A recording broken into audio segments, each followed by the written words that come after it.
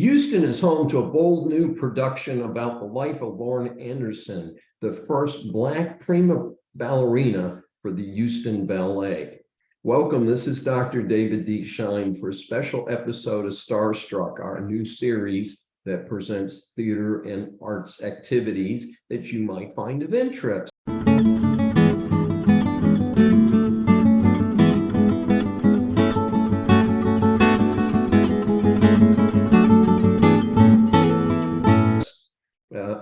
Stages is a local repertory theater that for many years has been overshadowed by the Alley Theater, which sits in the middle of the theater district, as it's called, in downtown Houston. Stages is just outside of downtown Houston and has a bold new home called the Gordy, which features 3 relatively small theater spaces, but they're very nice, they're high-tech, they're very well developed, has an integrated parking garage similar to the Alley.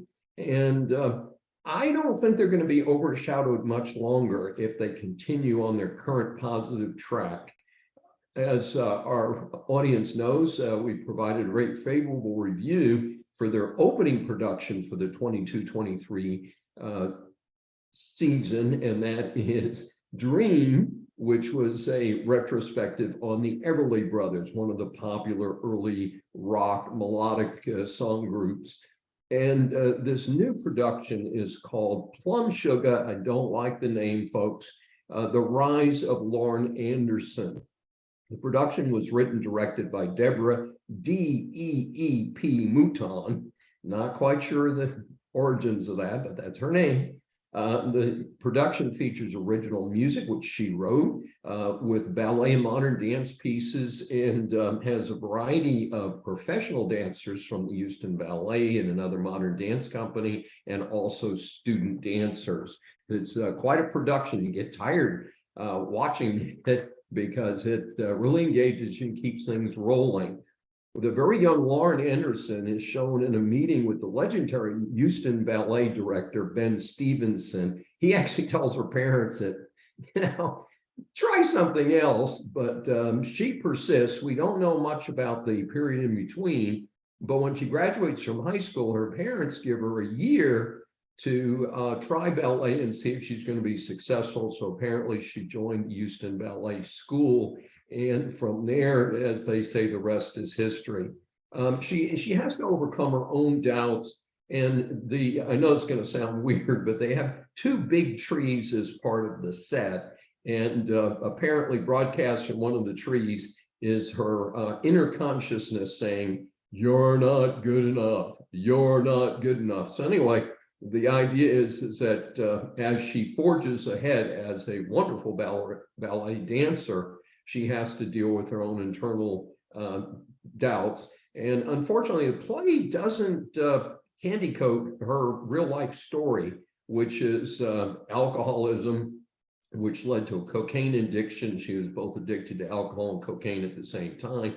Also, she was married to a very significant abuser, to the point where she actually had to hang out at Ben Stevenson's house for a while until things calmed down.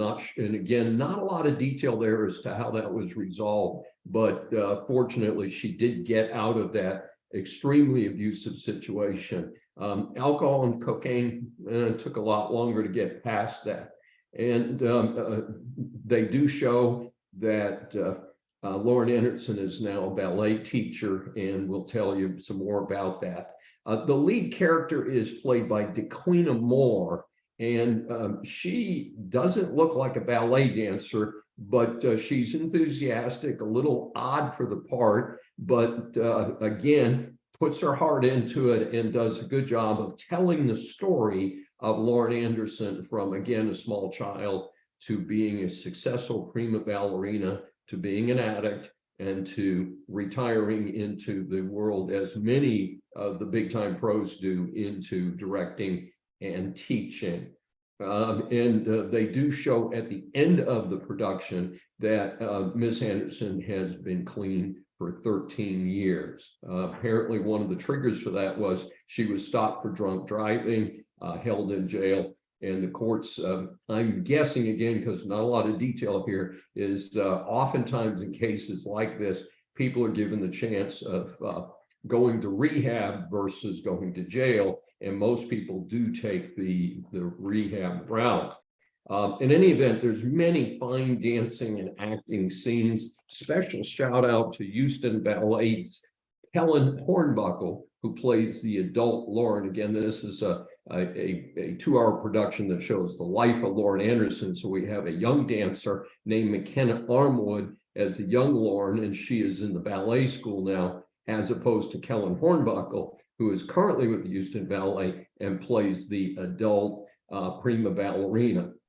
I especially like the video backgrounds, which they had during the whole production.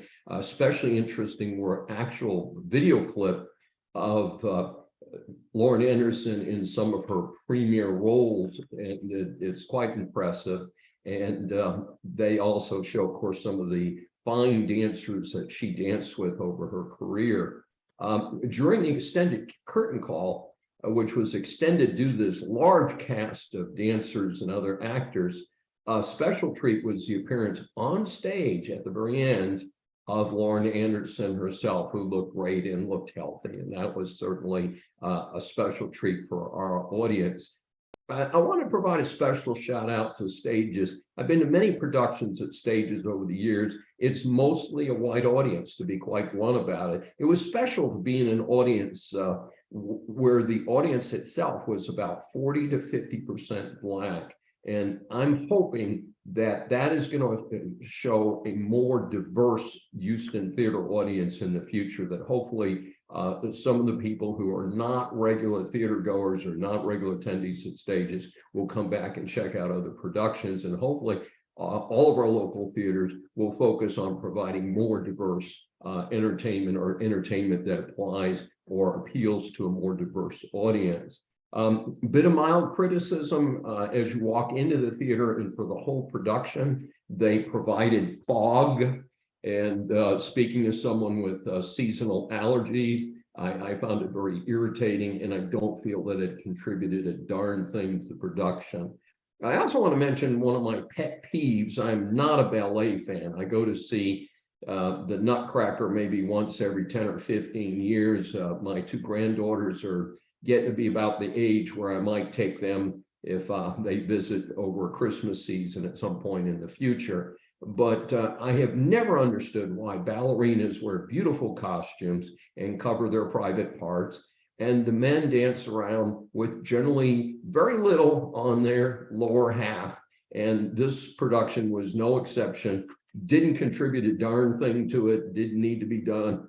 And I would have just given them all a pair of pants and said, yep, that's fine. And no, folks, you can move along just fine, even if you're wearing pants. And I'm not going to believe this nonsense that, oh, no, you have to be in tights in order to do well. The women seem to be doing fine with things covering their privates. I think the men could do the same. And by the way, that's not a universally accepted criticism, but it is my position. And since this is my webcast, I get to provide my opinion, since that was discussed off screen here. This is Dr. David D. Shine, and we provide 5 stars to Stages and to Deborah D.E.P. Mouton for the fine production of Plumshuga, The Rise of Lauren Anderson. A disclaimer, I do buy my own tickets to all performances. I do not identify myself as a reviewer and do not ever commit to providing a review. This is Dr. David D. Shine for Starstruck. Thanks for joining us, and if you've enjoyed this, please subscribe on your favorite platform.